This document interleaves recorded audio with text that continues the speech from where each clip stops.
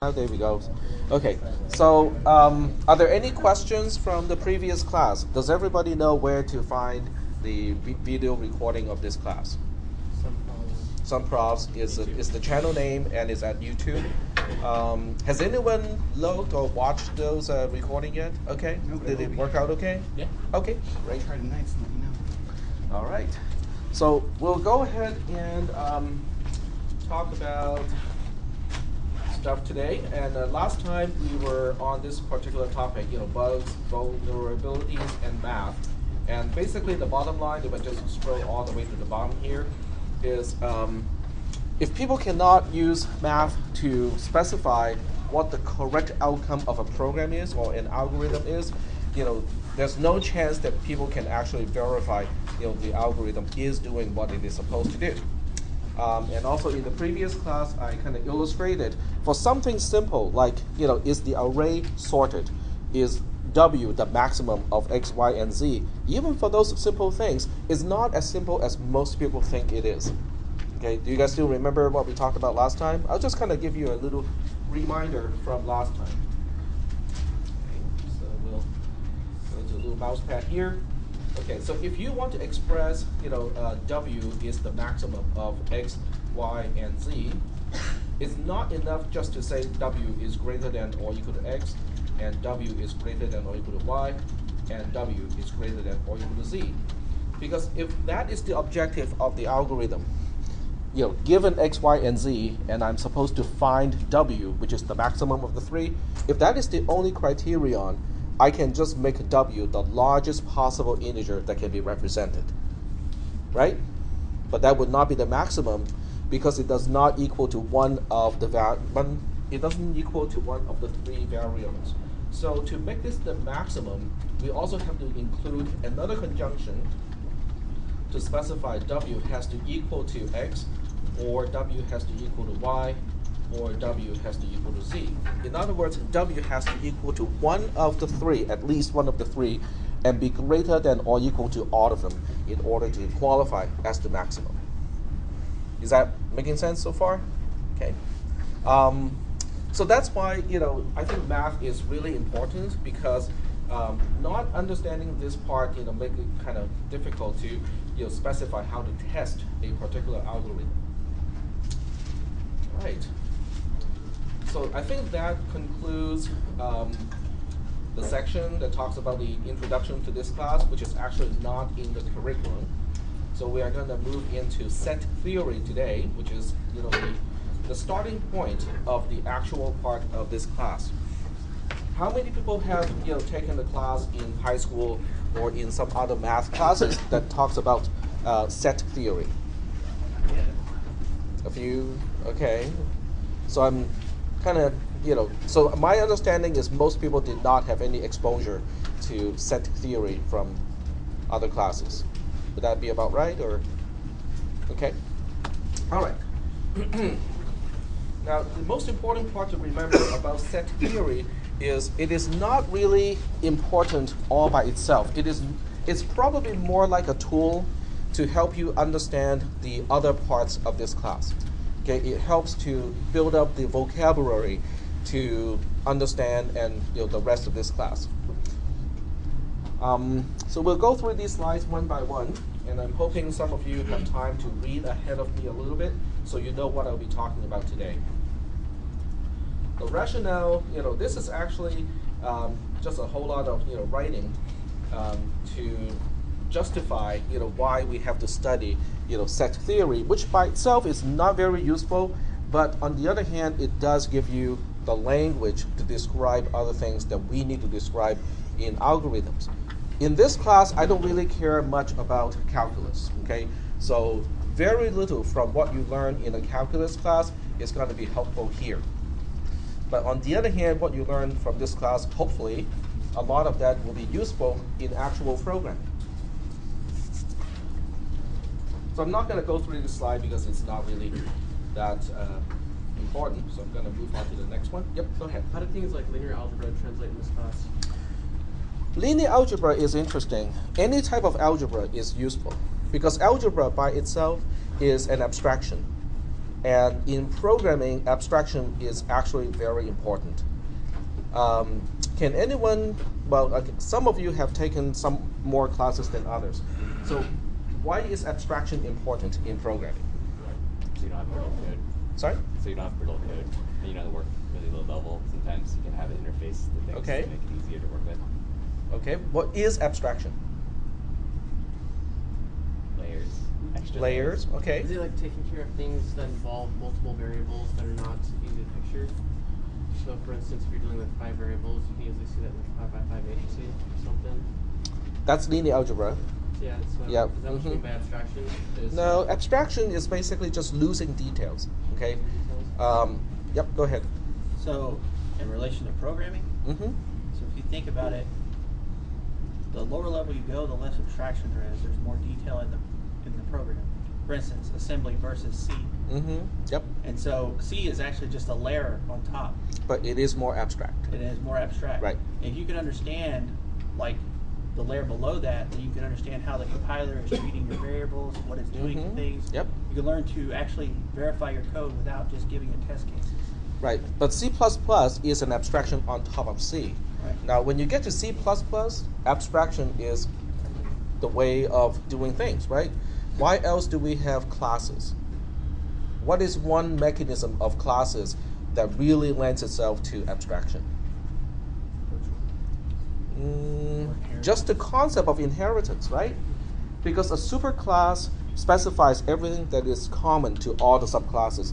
That by itself is an abstraction. Okay? Because it's losing the detail about, okay, I don't really care about the subclasses. They can have specializations. They can implement this a little bit differently. But they all have to converge to the superclass, to implement the same set of methods or to have the same set of attributes. Okay? So that is abstraction. And mathematics, any branch of mathematics helps you think in more abstract terms, which is really helpful. Okay, so, sorry? For some people. For some people, but I think in general in programming it's going to be useful. So this slide talks about stuff that we should know about already. For the most part, we should know already. All I'm going to do is to introduce mathematical symbols to represent stuff that you already understand in C and C++. This little wedge symbol, or TP or inverted V, is conjunction. In C++, you know it as double ampersand. Okay, not a single ampersand. And this is a good time to give you guys a little quick quiz that really doesn't count to your grade. What does a single ampersand mean in C and C++? It means the address of something. It means the address of something when it's a unary operator, when it's a binary operator. Bitwise and. Okay. How many people have confused, or not confused, but used one instead of the other one incorrectly? Just once or twice. Okay. Sure we all have. And what is the result of that? Interesting, right? Because it does work in some cases. Because if both sides are zeros, it doesn't matter whether it's logical AND or bitwise AND. It will still end up with a 0. It's only when one side or both sides are not 0, then you might have a problem. Okay, I'll just kind of give you a quick run through here. What is 2 ampersand 3? It wants 2 and 3. This is 2 logical and 3. So if I look at this entire expression, what is the value? What can I tell about the value of this expression? It's true. True, or otherwise known as non-zero in C and C++. What about this one? Let's make it 4. This is a bitwise AND.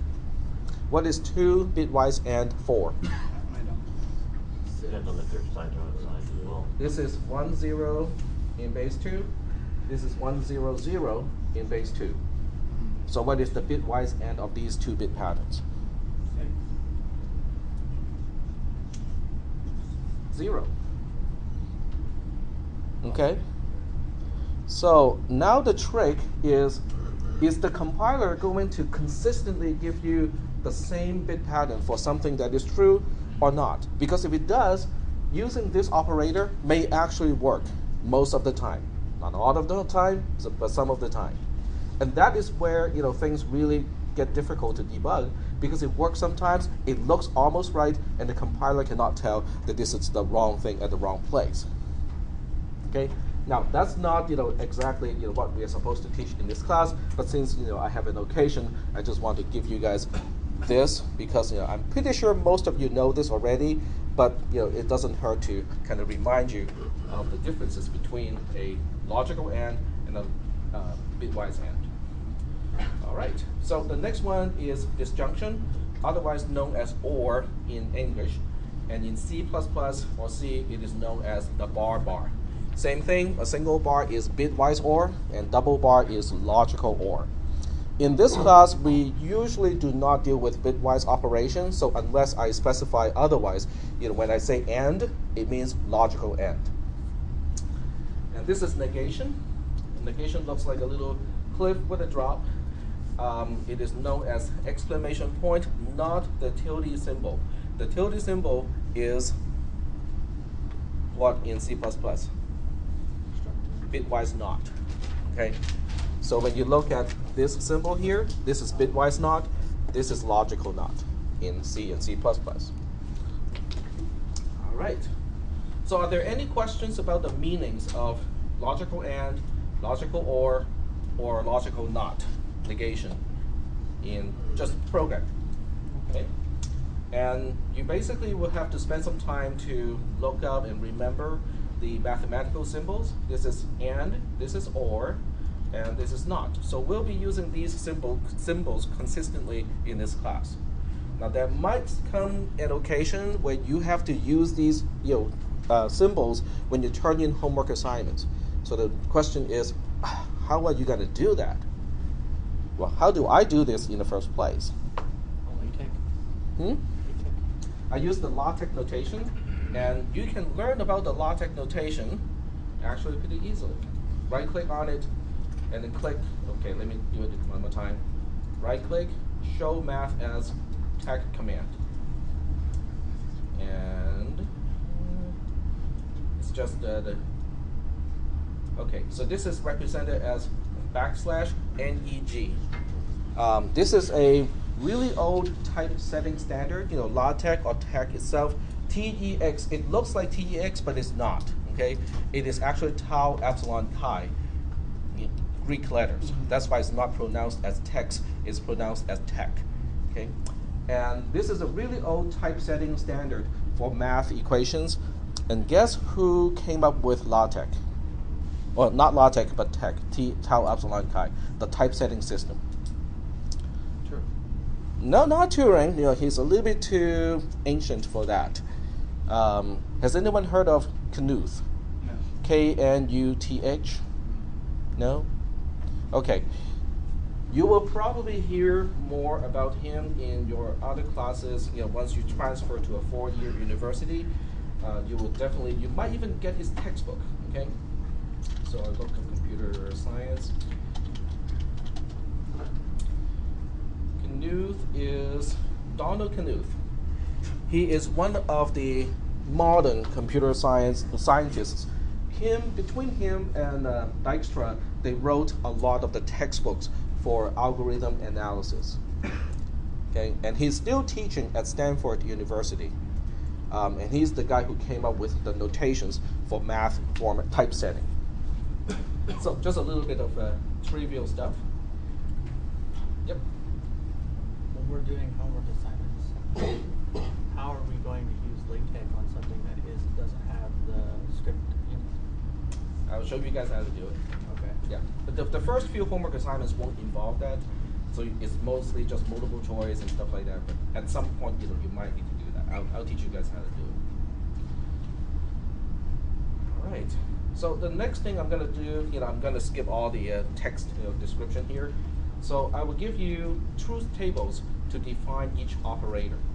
This is the truth table for negation. Let me just kind of roll it up a little bit so people in the back can see it. There we go. Okay. So how do we read a truth table? Every truth table comes with, one or more columns of independent variables. In this case, there's only one because the not or the negation operator only works on one side, so that's why we only need one independent variable. And in this case, it's x. X is our independent variable. Instead of using true, false, I use zeros and ones in this class. 0 means false, 1 means true. So that's the first column, the left column. The right column is representing the value of the negation of x. So on this row here, it means when x equals to 0 or false, not x is 1 or true. That's how you read a truth table. And similar here, that means when x is 1 or true, the negation of true is false, which is also known as 0 in this class. Are we still doing okay so far with these concepts? Just a truth table.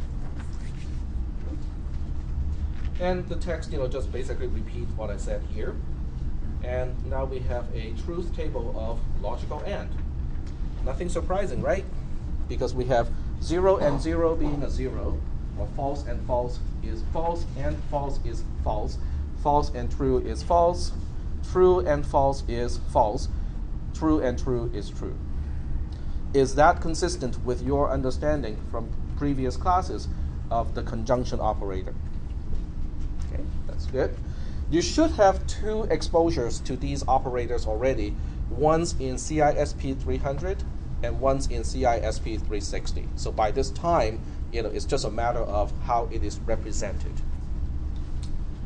But in this case, one thing that you might want to take note. Oh, okay, just stretching. Okay, is that we have 2 independent variables. X is one and y is the other one.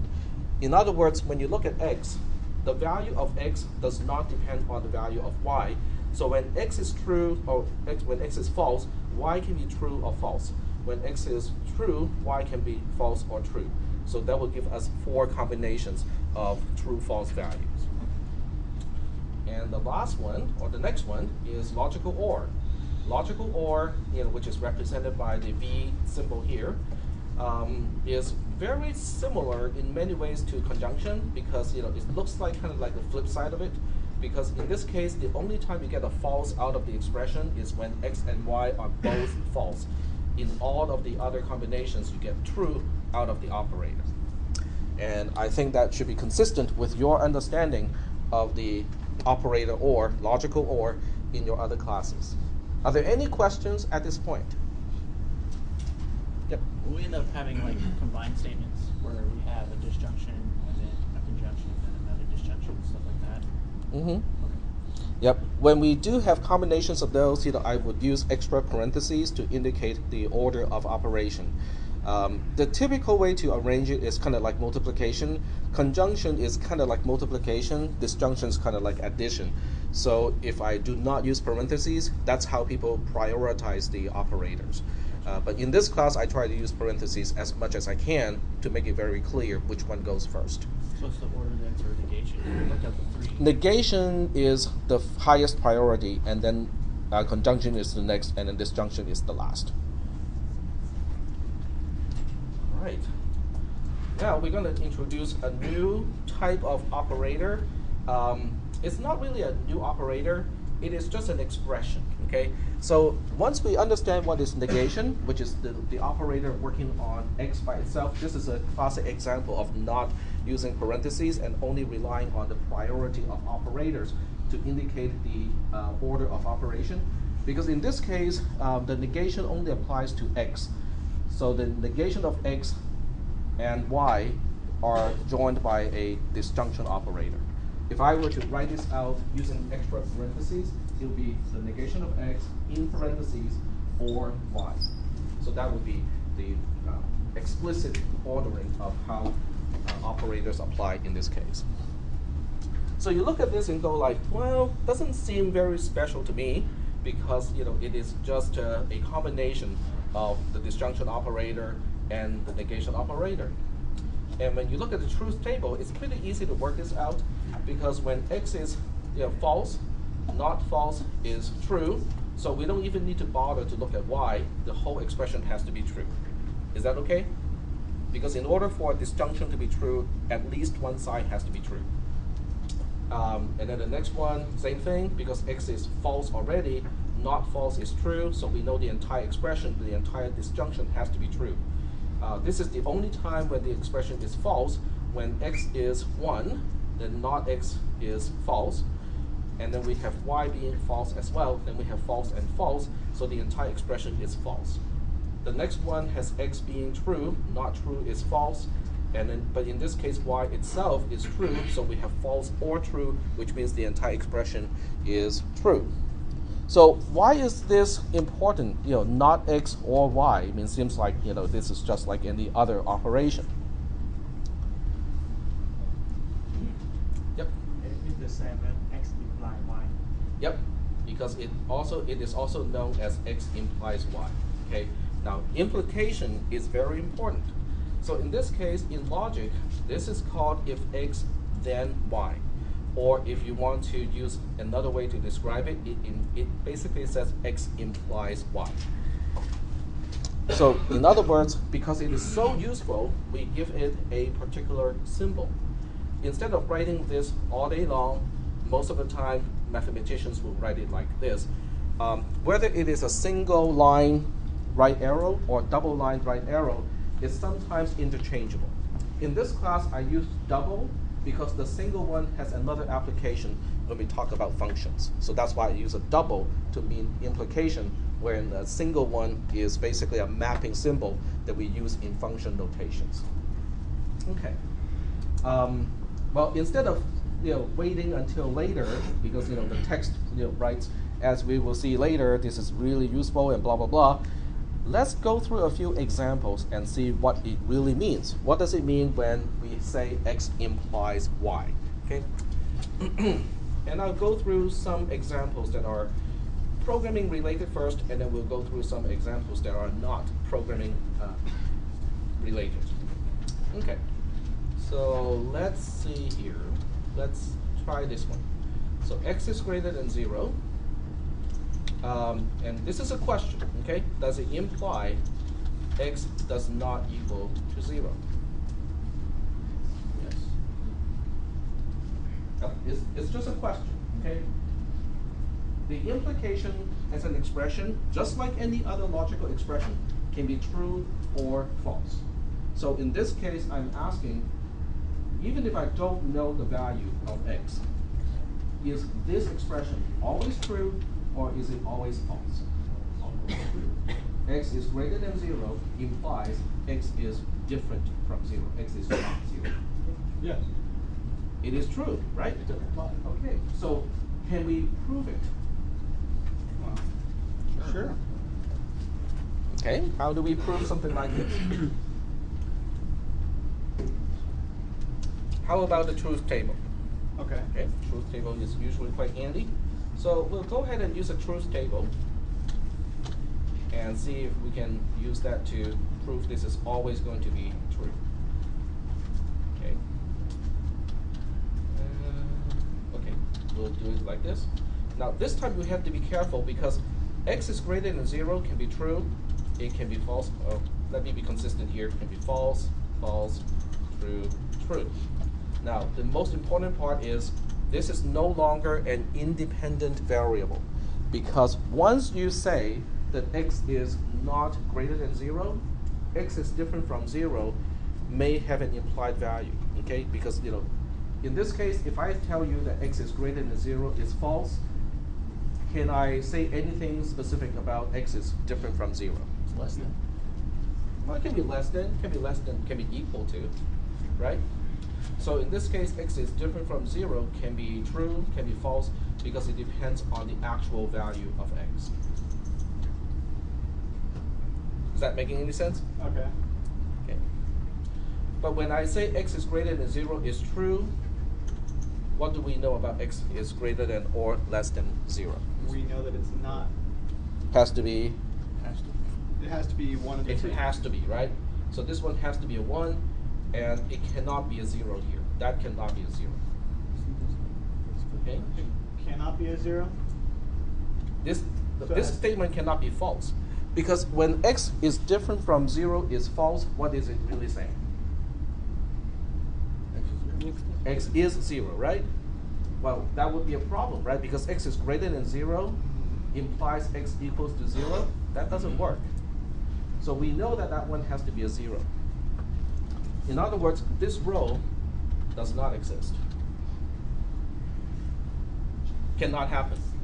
Okay. Now, when you plug in the not or thing, okay, so we'll work out this on this side. So when you say, not x is greater than 0 or x is different from 0, okay, this is, okay, let me highlight it. This part is false, and it's going to here, right? So that means this entire conjunction has to be true. Same thing with the next row. It has to be true because x is greater than 0 is assumed false to begin with. And on the last one here, x is different from 0 is true, so the entire disjunction has to be true. So effectively, for all the different rows, we have the entire expression, the entire implication has to be true. So this is called a it's called a tautology, because this statement, this expression is always true, regardless of the value of x. There any questions about the question of implication? Yep. Can you go over that last part again? The not expression and how it equals all Okay. This not part is, basically there is an extra pair of parentheses here. So this row, this entire row, is basically saying, if I know that x is not greater than 0, what can we say about it? Well, if x is not greater than 0, it can be less than 0. It can be equal to 0. So on this particular row, it basically says, x is not greater than 0, and x is different from 0 is also false, which makes x equal to 0 in this particular row. But the entire expression, which is this part here, is still true. The only row that is missing is when this one is true and this one is false. But we know it cannot happen because when you say x is different from 0 is false, it means x equal to 0. And that cannot be implied. If you already know x is greater than 0, x cannot equal to 0. So that's why we're missing that row altogether. Yep. So why is it that on that row, when we're looking at one statement, so the x is greater than 0 implies x is different from 0? I get why it's false on both sides, because if it's not greater than 0, then it's not different from 0.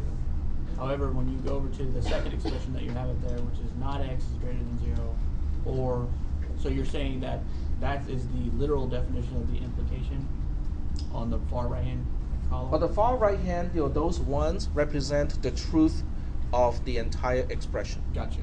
Whereas on the right-hand side, the 001 and the 011 are for the individual sub-expression. Got it. Yeah. And we're missing one row because that row cannot exist. Yeah. Could you explain how you got was it the x not equal to 0? How you got those results again for the one in the middle? No. Yeah. This one? Yeah. This is my claim. This is just a part of my claim that x is greater than 0 implies x does not equal to 0. That's just so that's kind of like a given. So this whole thing proves that it's true. Right. That this expression is true regardless of the value of x. Which makes, if you take the entirety of the left expression, it's true. Yep. All right, so let's take a look at another example where it is not programming related, but it is still kind of important. Because what I want to demonstrate is the implication itself can be true, it can be false. Okay, it's just like any other expression. It can be true, it can be false. So let's just say that my professor's salary is not quite enough, and I open up a small business in my office and to do a fortune telling. Okay, so I'll be the oracle. I'll tell you guys stuff that is actually useful, hopefully, and you guys have to pay me for the words of pearls of wisdom. Okay, so this is what I'm gonna say. So text says, after you pay $20, the following. If there is no cloud, then pizzas don't taste good. Okay, that's my claim. Okay, so you pay $20 for this quote-unquote pearl of wisdom, I feel like you pulled this off of and you don't feel exactly like, well, that seems like a scam to me, right? Okay, so and I have a money back policy. So the question now is, how can you get your money back? All right. You just have to taste it. When it's cloudy, when there's no- There are 4 scenarios. Okay, there are 4 possible scenarios. So the first scenario is now that. So in this case, there are 2 statements. One statement is there is no cloud. That is, it's just a statement. The statement by itself can be true, can be false. Like right now, that statement is false because it's overcast. We do have cloud. So this is not saying that there really is no cloud. It is simply saying, okay, it's a statement, can be true, can be false, and you have to evaluate it.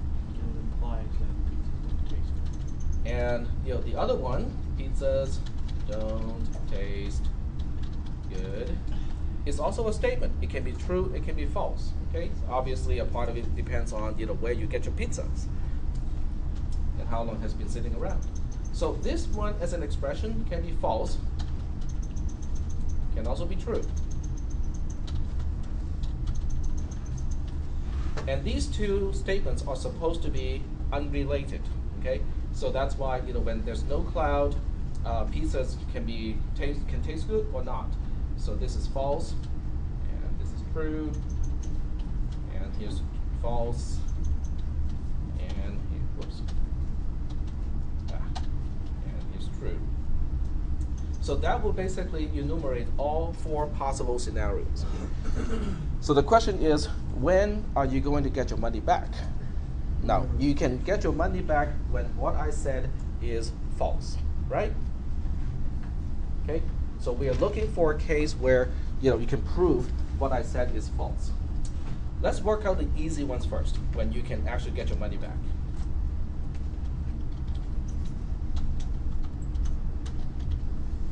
Okay, that one is clear.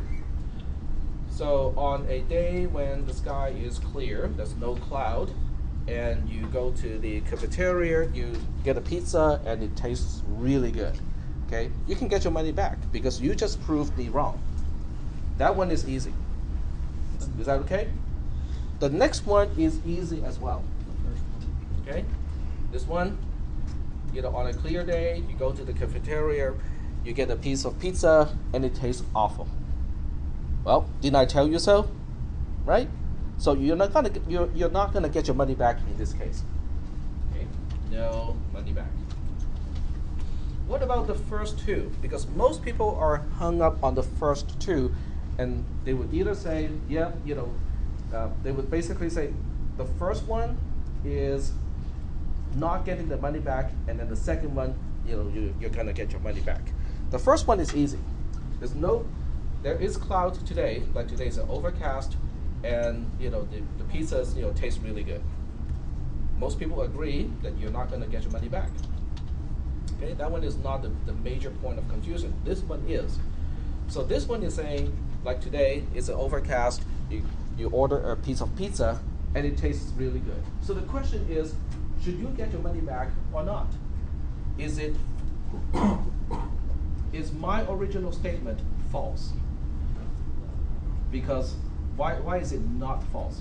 Specify that. I did not say anything about days when the sky has cloud. Is that working out okay? So that's why on this row, you're not going to get your money back either. No money back. Now, not getting the money back means what I said is true. The statement or the implication is true. Getting your money back is when my statement, the implication, is false. Is that working out okay so far? Okay. All right. Because implication is really, really useful in logic. And that really kind of goes back to programming. Okay, let's think about programming just for a little bit here. And I will use a notation that everybody understands. So we'll say if x is greater than 0, y gets 20. Okay? Let me scroll up a little bit. There we go. Okay, so this is a pretty typical C statement, and as per my own recommendation, I always use curly braces to clearly indicate this is one entire then branch. What does that mean? Tell me the behavior of this particular conditional statement. It will only execute if x is greater than 0. It means when x is greater than 0, we'll go ahead and perform the assignment statement. Does it say anything about what if x is not greater than 0? No, nothing. So according to what we have just talked about, implication, it means the precedent or the condition is not true. But if the condition is not true, it doesn't say anything about what we're supposed to do. So if you interpret a if, using the mathematical notation, using the mathematical interpretation, this is actually a wrong way to specify that we should not do anything when x is not greater than 0. Is that making any sense? Yeah. So that means, in programming, we have been using the wrong notation since the very beginning of programming. Does everybody understand what I'm saying? Because the word if is simply saying implication. And in implication, it only assures that the then branch executes when the condition is true. When x is greater than 0, we will definitely go make y equal to 20. But when x is not greater than 0, if you interpret implication the way it is supposed to be interpreted, it says nothing about what we are supposed to do. So strictly speaking, this means when x is less than or equal to 0, we may we may do the assignment statement, or we may not do the assignment statement. Either way is correct. So in programming, this has been the wrong notation all the way, since the very beginning of programming. Yep. Is that because it's so vague? No, it's because it kind of goes back to programmers or computer scientists. They're not really good mathematicians. Kind of goes back to that one. Okay, so how do we fix that? I mean, what is the proper notation in order for this to mean what you understand a conditional statement should do? If and only if. And what is the abbreviation of if and only if? IFF. Exactly. So that would be the correct way to say things. Okay. Now, what is if and only if? Okay, we know what is if already, or implication. So x implies y is if x then y. If you want to specify x if and only if x, y, then y, then you basically just have to do a conjunction and say x implies y and y implies x.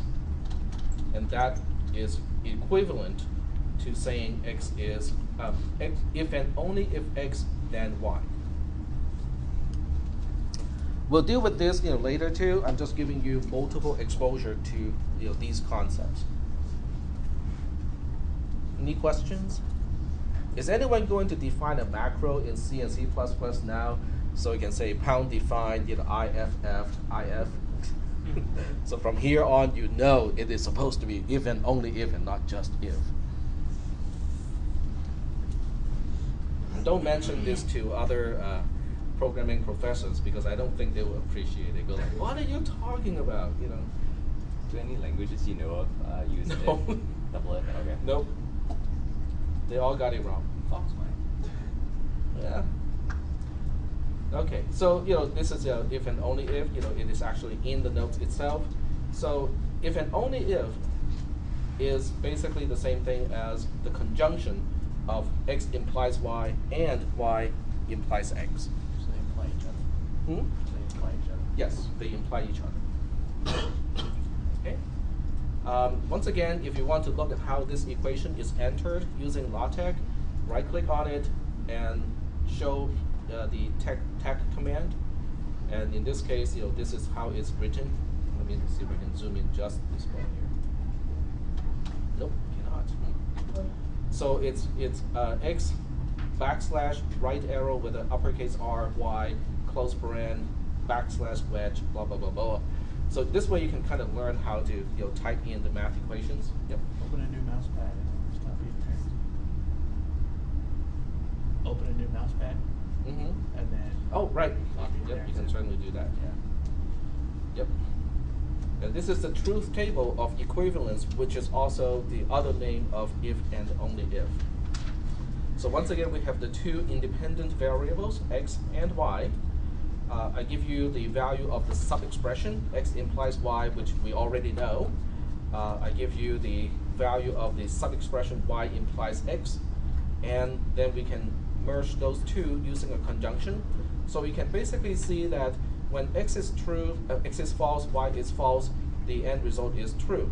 False is, if and only if false, false is a true statement.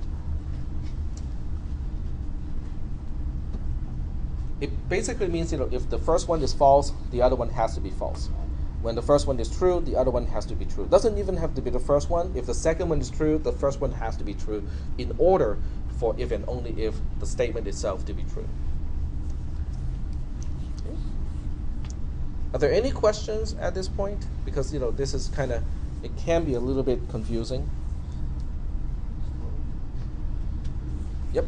Yeah, you go over y implies x. Say again?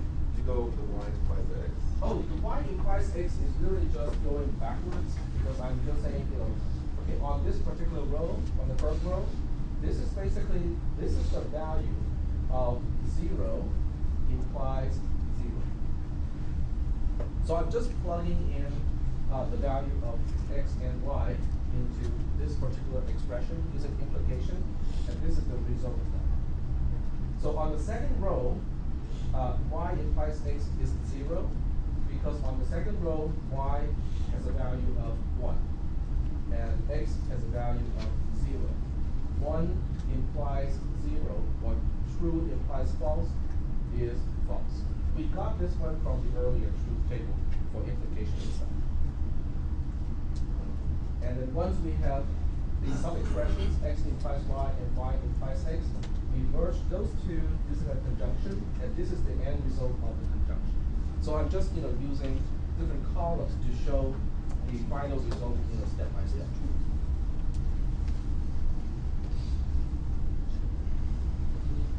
Why is on the third one, y is 0, x is 1, 0 implies 1, or false implies true? False. On the third row? Okay, so which cell are you looking at? The one right there, yeah. Because in this case, x is 1, true, y is 0, which is false. True implies false, is false. Now you know that. One over the right. Is what? Because it's flipped. So when you look at the fourth column on the third row, if y has a value of 0, x has a value of 1. False implies true is true. That's how we end up with it.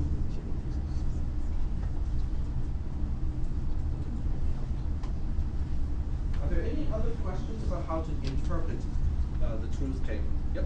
So is y implies x the same as not y or x? Yes, it is exactly the same as that. Yep, you're absolutely right. So let me just kind of repeat what Vincent said.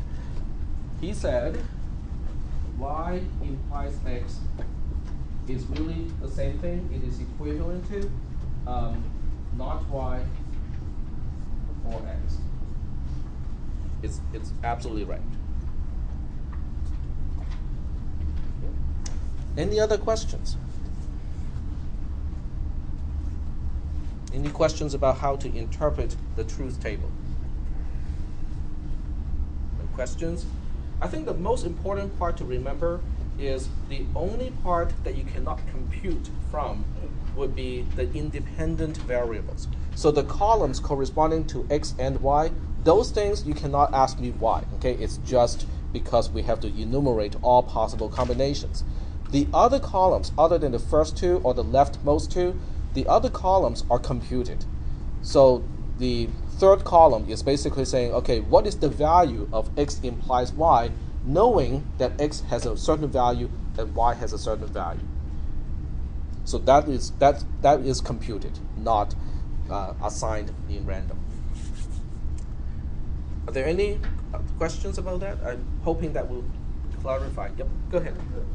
Like not x and y is Or. That's or? Yeah. Oh, okay. Okay, that makes sense. Yep.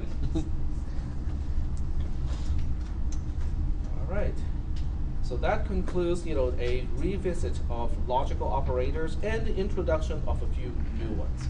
Then we are moving on to the next one, basic set theory. Okay. And the rationale of talking about set theory is because it's just a tool. Okay, it's just like if you want to build a house, if that is your objective, this is almost like a hammer. Okay, so the hammer, you cannot live in a hammer. Well, most people cannot. Okay, but it's a tool to make something they can live in. So in this case, it's just a tool. It gives us the language to describe other things that we need to understand later on. What a set really is a container. It's just a way to contain something else. It's a container. And officially, it is an unordered collection of any number of unique elements. Now, this sentence all by itself is, it requires a little bit of explaining. The unordered part means ordering of elements within a set is not important. Okay, so we can exchange and flip the orders all day long, and it will still be considered equivalent. Is that okay? Mm-hmm. Okay. Unique means a set may only have up to one particular instance of a particular value. So you'll never repeat a digit, for example. There can be no repetition of stuff. Okay. And the third one is any number of blah, blah, blah. Any number means a set can be empty with nothing in it. Or you can have also sets that have an infinite number of elements. Okay, that's okay too. Are there any questions about these 3 points about elements and set? All right. So just by convention, if you look up most math books, a set is usually represented by a uppercase letter, and it has to be a English letter, not a Greek letter. Greek letters are used for everything else. Greek letters are used for everything else. Greek letters are useful later on in this class for other stuff. Yes, that is correct. So in this case, I just want to use something that is not related to programming or math for the most part. So I'm just going to use the set T to represent my favorite cars. Now, I'm not very specific here. I did not specify NA, NB, NC for the Miatas and so on and so forth, or the EH, EG, and so on for the Civics. But, you get the point, okay? All right. So in this case, T is a set of cars that I like. So I like Miatas, Civics, and MR2s. Sweet. All right? But the important part is the notation. Because the use of curly braces is conventional. In other words, you use curly braces to indicate whatever being contained are elements of a set. You do not use round parentheses. When you use round parentheses, it means it is a tuple or tuple, T-U-P-L-E, where ordering is important and you can have duplicate items. That's more like a list or an array. In this case, it is a set. So if you go back to the 3 points that we talked about a little bit earlier, the first one is unordered. That means if I specify these 3 terms in the reverse order, like MR2, comma, Civic, comma, Miata, it means exactly the same thing as what you see here. Because the ordering is not important. It is not significant. So are there any questions about that part?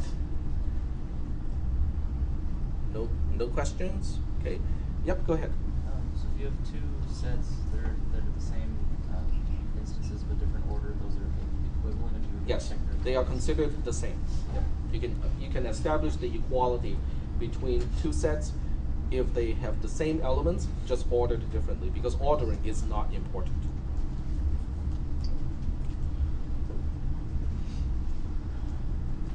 You can also state whether a particular element is in a set or a particular thing is in a set.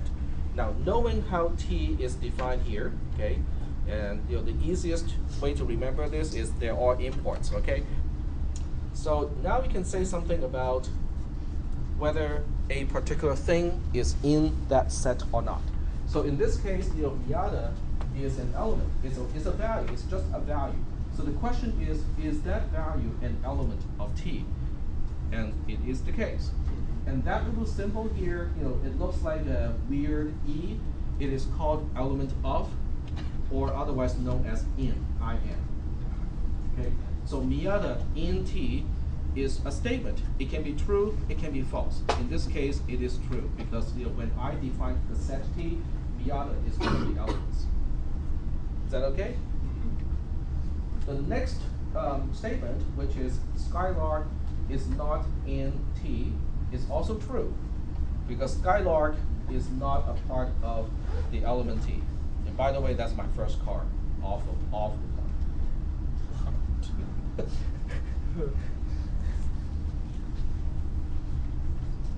Are there any questions about the symbol element of or in? Yep. Will we ever see element of using a different kind of operator instead of the slash diagonally through it? Will we ever see like an exclamation point element of, like not equal? You can always put a set not of? over the entire thing, so you can say not open paren. In this case, Skylark is an element of T. It means exactly the same thing. Okay. So the bar across the element of is just a little shorthand. It's just like not equal to, it's just a shorthand. I'll say it is the negation of blah blah blah equals to something else. Okay. Are there any questions about the notation to basically specify whether something is in a particular set or not? Questions? This is good? Okay. And these statements or these expressions are false. Now this one is false because of what? The way I defined T. Because MR2 is an element of the set T, so the statement that says MR2 is not in T is false. Is that okay? Mm-hmm. So you have to remember, the element of is basically just a statement. It can be true, it can be false. Pathfinder is an element of T is false because Pathfinder is not an element of that particular set. Is that okay? Any questions about the notations up to this point? Okay. Now there are sets that can contain an infinite number of elements. So in those particular cases, how do we state, how do we express that these things are in that particular set? Because if you're only dealing with a finite number of stuff, you can always enumerate. Okay, so even if you want to enumerate all possible values that can be represented by a 32-bit number, yes, it's going to be a really long list, about more than 4 billion items, but it is finite. Okay, you can still get to an end. But what if we're dealing with all even numbers? Well, even numbers is an infinite set, right? Because there is an infinite number of even numbers. So the way to express it is to use this particular format. E, which is the set of all even numbers, and I use the set notation, open and close curly brace, and then inside I use this little notation here to basically say it contains a whole bunch of element X, and each element X has to meet these requirements. Now, when you look at this particular part of the specification, the first one is X is an element of I, and that's a funny way to write I because it means integers. Okay, so when you see I, using that particular font, it means integers. So X has to be an element of the set of all integers, and then when you see the little inverted V, what does that mean? In conjunction. Conjunction, so that means and. And then the second part is x mod 2 equals to 0, because all even numbers are divisible by 2. So this is how you can describe characteristics of items in a set instead of enumerating all possible values. Are there any questions about this notation? Okay. And the rest of this is really an explanation in text, doing the same thing that I just talked about. Yep. What about the X bar? The X bar is basically the shorthand of it contains element X such that X is an element of I and X mod 2 equals to 0. So the bar is kind of just a separator of, a variable, quote unquote variable, that can be instantiated to each element of the set, and then the other part is a criterion of what can X actually be. Yeah, X has to meet those criteria. Yep. So we'll never read that as bitwise OR. Sorry? We'll never read the bar as bitwise OR in this class. Yes, correct. Okay. In this class, the vertical bar will never be interpreted as a bitwise OR unless I state otherwise. Yep. All right. Are there any questions about this notation? Does anyone need to be reminded what is the mod operator? I hope not.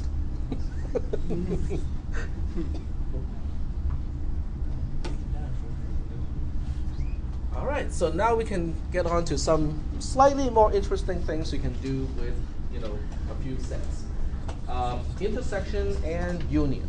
Okay, so when we use the intersection, it means, we are interested in things that are in common between two sets.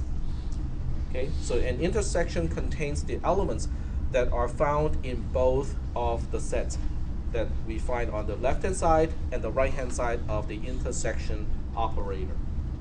The intersection operator is this one here. When you enter this in LaTeX, it is called a cap. \cap, C-A-P, will give you this symbol.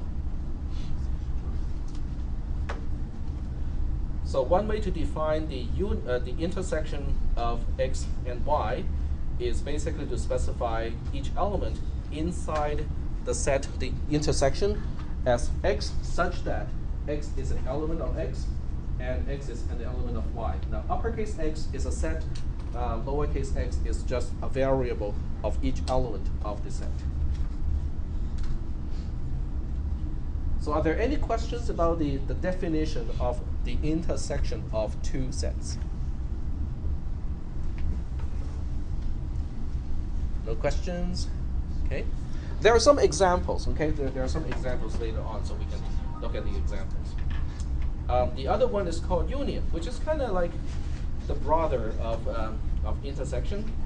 So when you talk about a union, it's basically a set of elements that are found in at least one of the two sets. Okay, it can be found in both. It can be found in just one of the two, but both will meet the criterion of being in the union. So if I want to define Z to be the union of x and y, that means every element in Z has to meet this requirement. This requirement simply says element x has to be in x, or element x has to be in y. It can be in both, that's okay. This junction allows both sides to be true at the same time. This is not exclusive OR. So are there any questions about the definition of conjunction and, intersection and union? No questions? So if there are no questions, I have a few examples to illustrate it.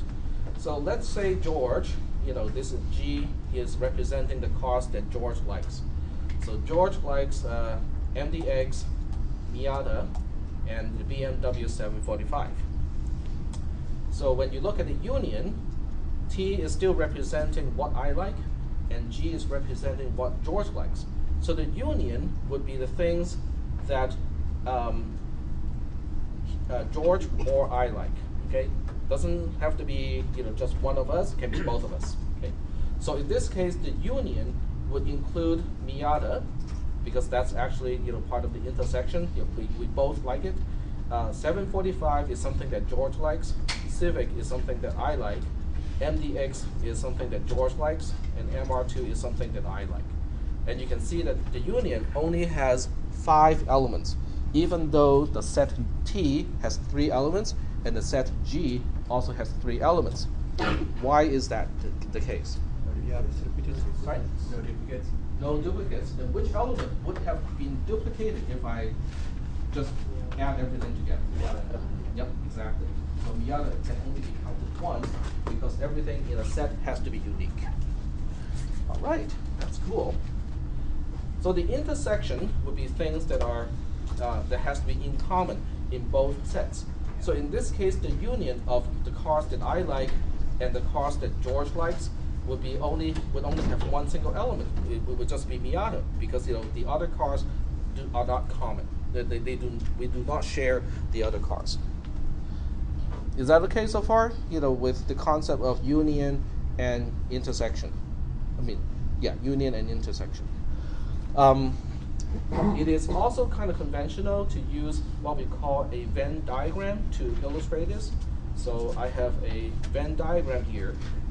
The blue part is one set, the pink or slight purple part is another set. So when you have 2 sets kind of like this, I can now illustrate graphically, using a Venn diagram, what is the intersection. The intersection is the black part. Is that making any sense? Because that's the overlapping part, which means anything you find in the black part is found in both the blue part and also the pink part. Okay? The union, on the other hand, is basically the whole thing. Okay? If you can find it in either set, or one of the 2 sets, I should say, if you can find it in at least one of the 2 sets, it is in the union. So that would basically be the entire thing. All right. You can actually do subtraction with sets as well. So the definition of a subtraction, or the difference between 2 sets, is like this. If I define D to be the difference between set X and set Y, it would contain all the elements that can meet this requirement. So the requirement is the element has to be found in X, but it cannot be found in Y. Is that okay? All right. And the other name of this is D is also known as the relative complement of Y with respect to X. Okay, because it is subtracting whatever is in Y in X. So in this ongoing example, if I want to compute T minus G, what do I get? In other words, I'm looking for cars that I like, but George does not. Is that making any sense? Because it has to be excluded from cars that George likes, but it has to include everything that I like that George does not. So in this case, the result is supposed to be Civic and MR2, because Miata is liked by George as well, and I cannot include that in a subtraction. Are there any questions about the subtraction? No questions? And if you like the graphical representation, the black part represents blue minus pink, basically. It includes everything that is in the blue part as long as it is not in the pink part. Yep. Order of operations important. If you were to do G minus T, you'd have a different subset. It would be a different subset because it would include everything that George likes that I do not. So that would make it 745, MDX, and that's it. Because Miata is also something that I like, so when you do a subtraction, that cannot be included. All right. Any questions up to this point? No questions? All right. We might be able to get to the homework assignment today. Wow. I can come up with questions. Come up with questions now. Very quick. Okay, so now we have a concept of a subset of. Okay, A a set B is a subset of another set A if all elements in B are also elements of A. Okay? Well, you guys can think about superclass and subclass, except it's actually in a reversed way. Okay. How many people have taken object-oriented programming, CISP 400? Okay. So when in 400, which class has more methods, potentially more methods? The superclass or the subclass? The subclass, okay? So when you use a set theory terminology, it means the methods of a superclass is the subset of methods of a subclass. Is that making any sense? It's kind of counterintuitive because it's saying, oh, the superclass or the methods of a superclass is a subset of a subclass, but it really just kind of works out that way, okay? Because it is a smaller set compared to methods of a subclass. So one way you can say, one way you can qualify whether B is a subset of A is to check whether this is true or not, okay? So if you subtract all elements in A from B and you end up with an empty set, then B is a subset of A. The empty set is a subset of everything. And the empty set is a subset of everything, including itself. It's a recursive subset.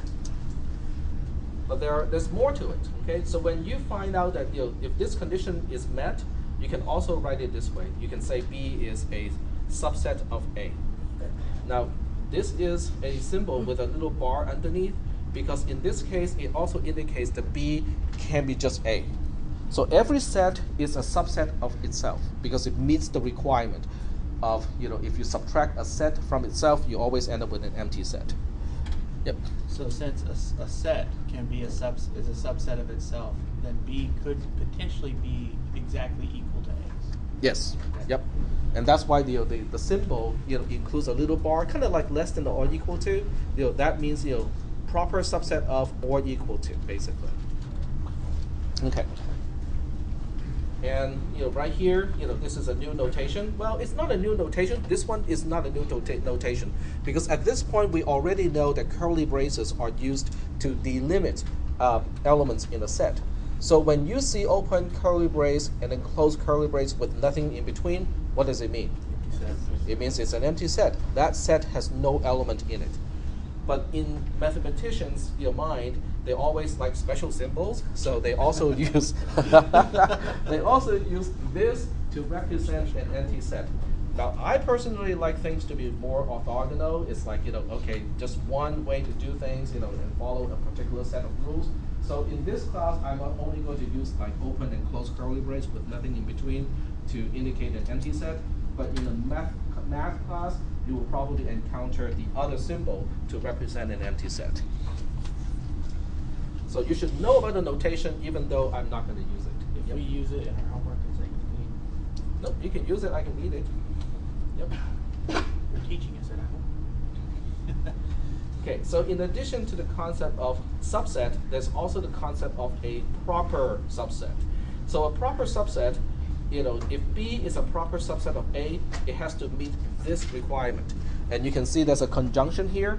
So it means B minus A has to be an empty set, but A minus B cannot be empty. So everything in B you can find in A. But there is at least one element that you can find in A that you cannot find in B. Yep. So in other words, in order for B to be a subset of A cannot be a subset of B. That is correct. Proper. Yeah. Proper. If it is proper, then it only goes in one direction. It's kind of like less than or greater than. This is like less than or greater than, whereas the previous one is less than or equal to and greater than or equal to. So when this requirement is met, just one little second, then you can rewrite it as this one here, and you can see that the bar is gone because it cannot equal to. Yep, go ahead. Does that mean they can't be identical, or does that mean more than that? It means they cannot be identical when it is a proper subset. Okay. When it is just a subset, yes, they can be the same thing. Yep. Is there almost like a less than, like an equal to and less than, the symbol. Yep, it is. Yep, and that's intentional too. Yep. So the last notation here, the B, Is a proper subset of A. so you don't have to put the dash because the The initial, dash. the bar under it. The bar. Yeah. Yeah. This means that B is a subset of A, but B can be the same as A. Gotcha.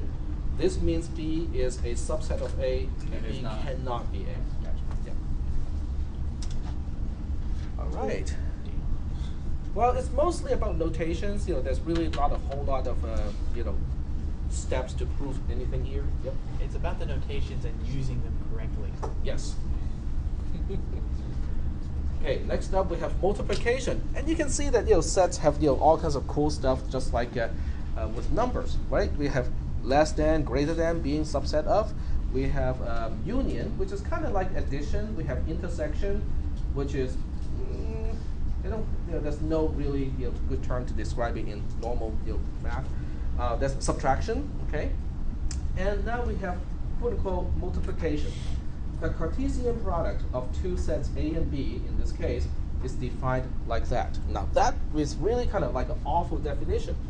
It's very concise, to the point, but at the same time, kind of awful. So we have set A here, we have set B here. This part is just the notation to say that, okay, we are now expressing what is the cross product of set A and set B. This part here is describing what is inside the cross product of set A and set B. This part is basically quote-unquote a variable. Every element in the Cartesian product of A and B will fit into this particular format. Okay, it's a two-tuple. Okay, or otherwise known as a Ordered pair. duple. Huh? Or an ordered pair. Sorry. Or an ordered pair. Ordered pair. Okay, or an array, a list. Those are the things that we understand. So everything in the Cartesian product has two things inside, and this time they are not sets because we use the round parentheses and not the curly brace. Okay, so these are just round parentheses. And of the first item, and this time ordering is important because it's not a set anymore, it is a tuple. So ordering is important. The first item, A, has to be an element of set A. The second item, B, has to be an element of set B. Okay? The easiest way to look at this, okay, I didn't actually use it in my notes, is to draw a table. Okay? But in this case, I give you an exact example. Okay? The first set is 1, 2, has only two elements, 1 and 2 as numbers. The second set has two elements, 4 and 5. So the Cartesian or cross product of these two will be 1, 4, 1, 5, 2, 4, 2, 5. Is that okay so far? I did not describe it in my notes, but the other way to look at this is look at it as a table. Yep, go ahead. Is this similar to the same cross product we see in like vectors and physics and stuff? Yes, and also relational database. Okay. Yep, it's the same kind of thing. So basically, you look at this row. If you look at this row as A, okay, and if you look at this row as B, so we have 1, 2, and then we have 4, 5 here. So each element of the cross product would be the cells here. The first one would be 1, 4, 1, 5, 2, 4, and 2, 5. So each one is an element of the cross product of the two sets. So are there any questions about this one? Yep. So A equals B and B equals A are not the same. Say again? A equals B and B equals A, they are not the same. They can be the same if you want them. In other words, you can do a cross product like this. Okay, you can say, okay, I'm going to do it on the notepad here. They can be the same. It's not a problem. So you can have 1, 2 cross product with 1, 2. So the end result of this is going to be 1, 1, 1, 2, 2, 1, and 2, 2. That's fine. The reason why this is fine is because when you look at this, we have two values of a two exact same value, right? But it's not a problem because this is no longer a set. This is a tuple. It's an ordered list, so so the first two is not considered the same as the second two because the position is important. Are there any questions? Yep, go ahead. So it's a little bit easier if the two sets have different values, because if you say if you have A and B, you do their cross product, you get one set. But if you flip around and do B and A, you could potentially get a different set of two tuples. Correct. But the concept of a Cartesian product is actually very important. Now, by itself, all of these concepts are just terminologies, right? Intersection, union, element of, and stuff like that. But they give us the vocabulary to express, what is a function, what is an onto function, and other stuff that we have to explain later on. What's the Cartesian product for two empty sets? You don't have to empty. That's a good question. What is the Cartesian product of two empty sets? Okay, so you have an empty set here times an empty set here. So the end result, which is expressed in the form of AB, where A has to be in the empty set in this case, and B has to be in another empty set here. So the question is, what is this? What do you think? It's by itself an empty set. Exactly. So the cross product of two empty sets is just an empty set. Yep. So what if you have two identical subsets, and it's not a proper subset, and you just had, say, subsets 2, 2, 2, 2, would you then just have 2, 2 in the end, and that's it? I don't see. So both subsets, even though they're defined as A equals 2, 2, and then B equals 2 and 2. So, okay. So they're not proper, but okay, that's be 2 and 2. Okay. First of all, you cannot have 2, 2 in a set. A set can only be unique. So you're talking about 2 cross product with 2. That's what you're talking about, right? Okay. Has one tuple, which is 2, 2. That's it. Because you just plug it into this matrix thing here, you have one row and you have one column. And so you just combine the values of the column and the row, and that's the only thing you can get. Yep. This may be a weird question, but is there a reason why you put the top into the X place? Like traditionally, I kind of feel like it should be 4, 1. Oh, this one? Yeah. Is there a reason why you put one in the X place? Oh, I was using this as an x-axis, and that's at a y-axis. Oh, okay. Got it. This looks kind of interesting. Yeah, I think when we read arrays, we read it row major, and that's why you think it should be listed as 4, 1. Yeah. Okay. Yep. But the idea is that. Yeah. Okay. Any other questions? We got. We have 2 more minutes. Well, since we have 2 more minutes, I don't have enough time to get to power sets, but we have enough to get started with the homework assignment. These two, well, I guess, I don't know. Okay, this one is easy. I'm just going to use 1 minute to explain this. It's the number of items in a set. Okay, and some of you already, some of you know this already because you took CISP 300 from me. Okay. So when we use bar as a delimiters, then it means the number of elements of, otherwise known as the cardinality of a set. Okay, you basically are counting the number of things inside a set. You will need this for the majority of the quiz questions, and that's why I kind of have to talk about this one. But that's the entire slide on the number of things in a particular set. Okay. I saw this slide. And wait, we have 40 seconds left. You guys know how annoying I can be. And this is your homework assignment. Okay, this is a basic set theory assessment. It's not a quiz. Okay, in other words, once you start it, it's not like you have to finish in half an hour or an hour. You have up to the 29th, which is next Thursday, 10:30, which is the start point of the start time of this class, to turn it in. So you can start now. If you want to, you can start now and start to answer the questions. And for the rest of this week, You can change your answers. You can look up Wikipedia. You can reread the notes and stuff like that to figure out the answers. But the correct answer, your score, won't be revealed until it is due. But you can ask questions. So do it now so that you can ask questions in the next time. You can start now, and you have to turn in by the Try it. Yeah, instead of taking the Canadian font stuff, like, I can already, No, I have not. Let me turn off the recorder first. You did a lot more equations, though.